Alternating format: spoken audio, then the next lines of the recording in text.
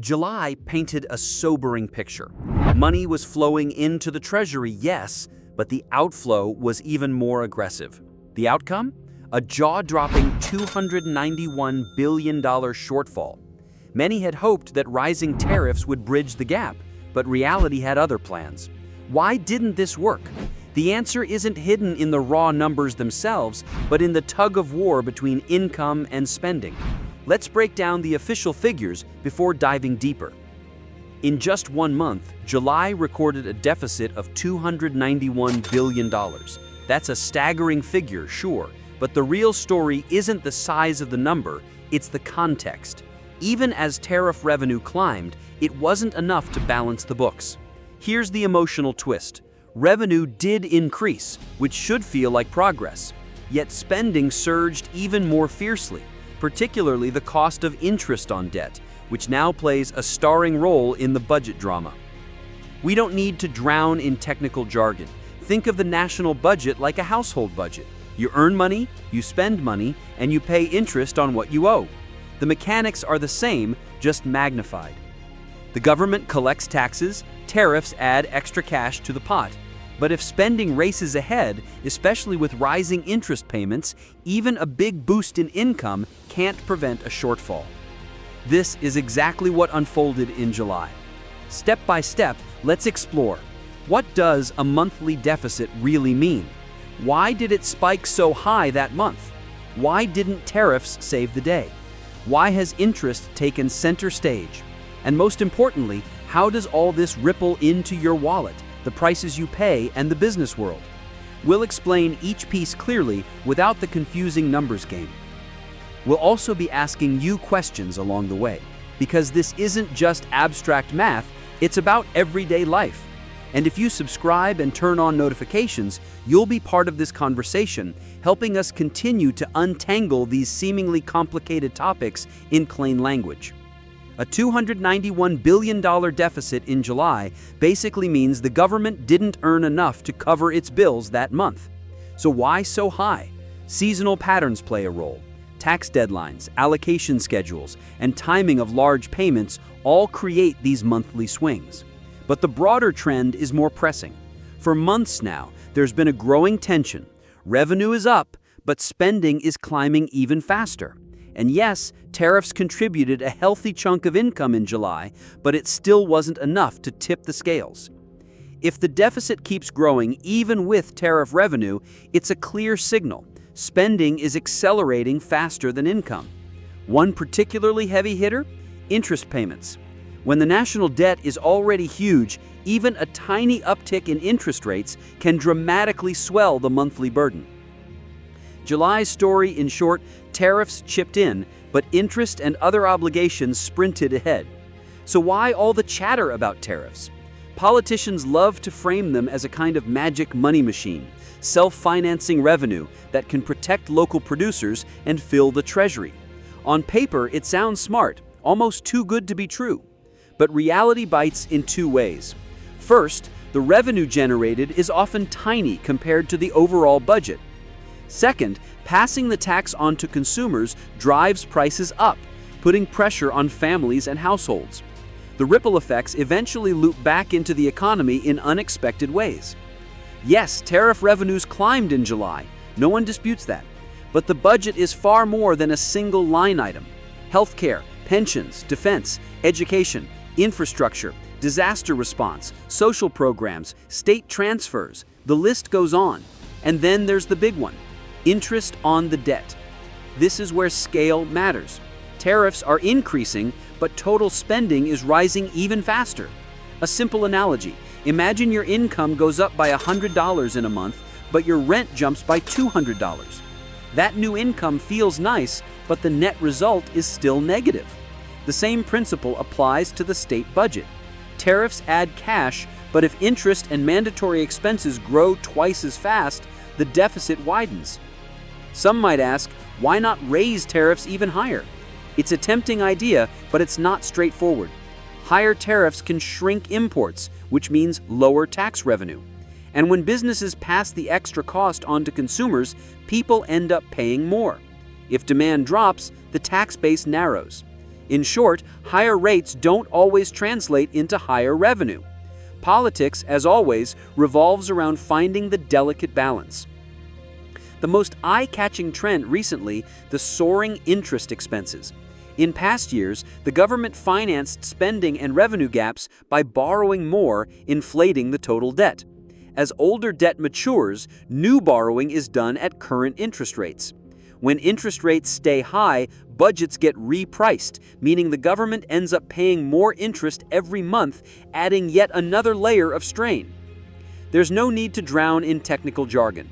The simple truth is this: interest payments are ballooning. When these payments rise faster than tariff revenues, the extra cash from tariffs barely makes a dent. July illustrated this perfectly. Could a drop in interest rates help? Somewhat, but the relief would be gradual. With the debt already so high, any decrease spreads its effect over months, not hours. In other words, there's no magic button. Cutting rates today won't instantly lighten the financial load tomorrow.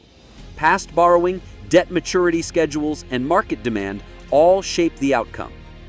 Another critical factor is economic growth. When the economy expands quickly, revenues grow, tax collection improves, and the budget breathes. When growth slows, so does the inflow. This is an essential context when looking at July's numbers. Tariffs rose, but other revenue channels couldn't keep pace. At the same time, some spending grows automatically. Healthcare costs rise, population-related expenditures climb. These items march to their own rhythm, independent of economic ups and downs. Which raises a natural question: would raising taxes solve the problem? On paper, perhaps. In practice, when the economy is slowing, higher taxes can further suppress demand. And politically, it's an unpopular, difficult choice. That's why debates usually focus on three areas: spending discipline, the tax base, and foreign trade policy. None alone can work miracles. Each comes with trade-offs, and policymakers must weigh these carefully. For most people, budget deficits feel distant, abstract. The government is big, right? It will handle it. But here's the reality. When the government borrows at high rates, it sets benchmarks for the financial system. Everything from credit cards to car loans, mortgages, and commercial loans is influenced. When rates stay high, middle-class financing costs climb, hitting households directly. Then there's the price effect. Tariffs push up the cost of imported goods, and some of that increase lands squarely in consumer wallets. Electronics, appliances, cars, even certain foods. You can see the impact across categories. While factors like competition, exchange rates, and logistics affect the degree, the general trend is unmistakable. Tariffs impose an indirect burden. Domestic producers may breathe easier in some sectors, but if the cost of inputs like machinery or intermediate goods rises, production costs also climb. The result? Even domestic prices can creep up. Businesses feel the pressure too. Rising uncertainty about interest rates, tariffs, or taxes leads companies to postpone investments. Slower investment drags growth, which in turn affects budget revenues. Predictability is crucial to avoid a vicious cycle. Social media discussions reflect this tension. One-sentence summaries, flashy visuals, short videos, they spread quickly. Tariffs are helping, the deficit is closing, or tariffs aren't enough. The reality, however, is more nuanced. The budget is a multi-channel system. Tariffs contribute, yes, but they can't solve the deficit alone. The takeaway? Balance matters. For viewers, a single sentence might be catchy, but for decision makers, oversimplification is risky. The healthy approach is to ask three key questions. Are revenue channels growing? Is spending under control? Is the interest burden easing? Until we consider all three together, forming an opinion is premature. Spending discipline, broadening the tax base, adjusting tariffs and standards in foreign trade. These are the three levers policymakers often talk about. If only it were that simple. Each comes with costs, political constraints, and timelines that can stretch from months to years. Take spending discipline. In the short term, it can be effective, but where do you cut? touch mandatory items like pensions, healthcare, or education, and you need broad social consensus. Efficiency reforms help, but the results appear only in the medium term. There's no magic switch. Cut today, relax tomorrow just doesn't work. Expanding the tax base isn't about raising rates. It's about making the system more inclusive, reviewing exemptions, simplifying the tax code, and reducing the size of the informal economy can generate meaningful revenue.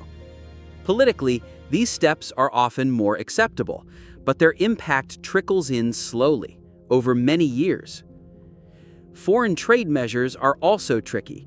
Tariffs can shield sectors and bring in revenue, but overdo them and imports shrink, prices climb, and some domestic production lines become more expensive. A smarter approach may involve targeted protections through standards and regulations, which reduce uncertainty for investors.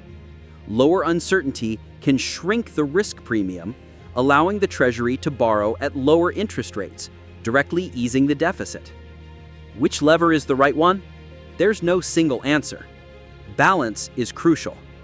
July's data makes one thing clear. Tariffs alone cannot erase a large deficit. Without curbing the interest burden and slowing the pace of spending growth, sustainable improvement is nearly impossible. If interest rates gradually fall over several quarters, the cost of rolling over debt eases, monthly interest payments slow, and the Treasury gains some breathing room. But it takes time. Pushing tariffs higher may temporarily boost revenue, yet falling imports will eventually weaken that stream.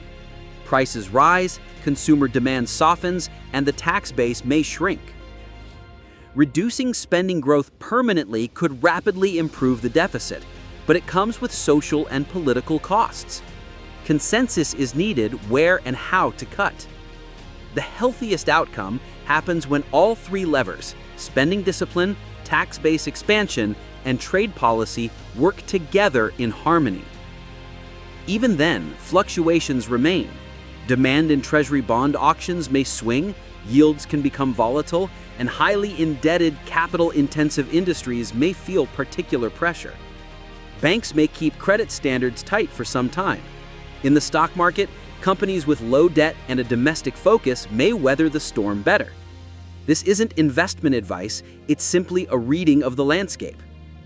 The path of the dollar, global risk appetite, and unexpected external shocks all matter. That's why it's risky to make sweeping claims based on a single month's data. July's figures are a reminder of the broader trend. Rising revenue alone isn't enough. The real determinants of the deficit are spending and the interest burden. Without tariffs, the shortfall probably would have been even larger. Tariffs do contribute to the Treasury, yes, but they're far from a silver bullet. Will lower interest rates solve everything? Some pressure eases, yes, but with high debt, the relief spreads slowly over time. And if spending continues to rise, even falling interest rates won't offer a lasting solution. Could raising taxes quickly fix the problem? Short-term revenue might increase, but in a weak growth environment, it can backfire. More sustainable strategies focus on expanding the tax base, simplifying the system, and reducing the informal economy. The takeaway this month is clear. Revenue may be growing, but if spending, especially interest payments, grows faster, the deficit will expand. Saying tariffs fill the coffers is true. Saying tariffs close the deficit is generally false. Understanding this difference clarifies the debate. Budget deficits aren't new, but the quality of governance and predictability makes all the difference. Clear rules, a transparent roadmap, and measured choices calm markets, ease interest rate pressures, and create healthier growth. When these foundations are in place, tariffs, taxes, and spending discipline can work together effectively. Where should the process start? Reviewing tariff rates? Broadening the tax base? Slowing spending growth? Doing all three at once is tough, but picking a starting point is essential. Share your thoughts in the comments. Let's keep the conversation respectful, data-driven, and rational. The $2.91 billion deficit in July is more than just a number. It's a warning. We need to discuss economic growth, debt costs, and the realities of everyday life all at once. In this video, we kept the technical language simple so everyone can understand. If you found it helpful, like the video and subscribe. We'll continue breaking down complex topics with the same clarity in future content.